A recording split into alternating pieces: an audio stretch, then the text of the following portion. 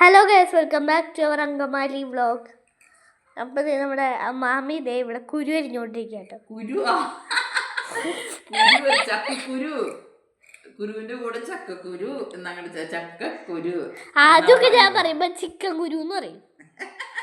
നമ്മുടെ മീനൂട്ടി ഇങ്ങനെ പലതും പറയും. ഇപ്പൊ ചക്കക്കാലല്ലേ, അപ്പൊ ഇടയ്ക്കിടയ്ക്ക് ചക്കക്കുരും ചെമ്മീനും മാങ്ങയും മുരിങ്ങക്കോലൊക്കെ ഇട്ട് ഞങ്ങളുടെ കറി വയ്ക്കുക. അപ്പൊ ഇന്നത്തെ ഞങ്ങളുടെ കറി അതാണ്. എന്റെ ഫേവറേറ്റ് ആണ് ചിക്കൻ കുരുവിന്റെ കറി. അയ്യോ സോറി, ചിക്കൻ കുരു ചക്കക്കുരു കുരു എന്തൊക്കെ പേരുകളാ മീനൂട്ടി ഉണ്ടെന്ന് അറിയാമോ?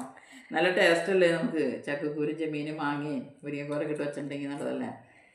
മമ്മീനെ വരെ അമ്മ അത് കൂട്ടിട്ട് അമ്മാമീ വിളിക്കും. ഇത് നമുക്ക് നന്നാക്കി എടുക്കാൻ ഒന്നും വില കണ്ടെന്നുള്ളൂ. പക്ഷെ നന്നാക്കി നമ്മൾ കറി വെച്ചിട്ട് തേങ്ങ അരച്ച് കറി വെച്ചിട്ടുണ്ടെങ്കിൽ ഇതാണ് അമ്മാമ്മി അരിഞ്ഞു വെച്ച ചിക്കൻ കുരു ചക്കക്കുരു.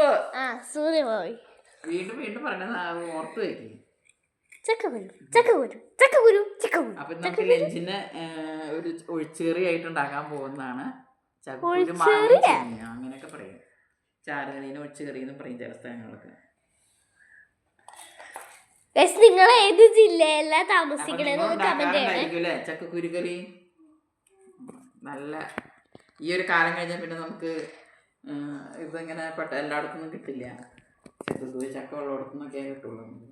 അത് മിക്ക സമയം ആൾക്കാർ ഇപ്പോൾ സ്റ്റോർ ചെയ്യും, ഫ്രിഡ്ജിൻ്റെ ഉള്ളിലൊക്കെ എടുത്ത് വെക്കും. ചക്കക്കുരു നമുക്ക് നന്നാക്കി എടുത്ത് കഴുകി അതിൻ്റെ വെള്ളമൊക്കെ കളഞ്ഞ് നമുക്ക് പ്ലാസ്റ്റിക് കവറിൽ കെട്ടി ഫ്രിഡ്ജിൻ്റെ ഉള്ളിൽ കുറച്ച് നാളൊക്കെ സൂക്ഷിക്കാൻ നമുക്ക്. പിന്നെ പണ്ടൊക്കെ മൂടൊക്കെ ഇടുമെന്ന് പറയും ചക്കക്കുരു.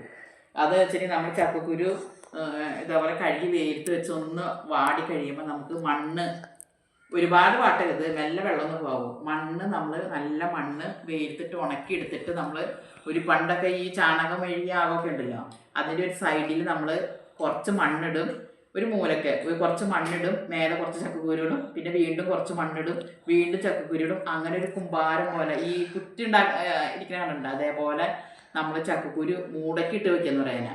അത് കുറേ കഴിയുമ്പോൾ ചക്കക്കുരു കിട്ടാത്ത സമയം വരുമ്പോൾ നമ്മൾ എന്താ പറയുക, ഇത് കുറേശ്ശെ എടുത്തിട്ട് നമ്മൾ കറി വയ്ക്കും.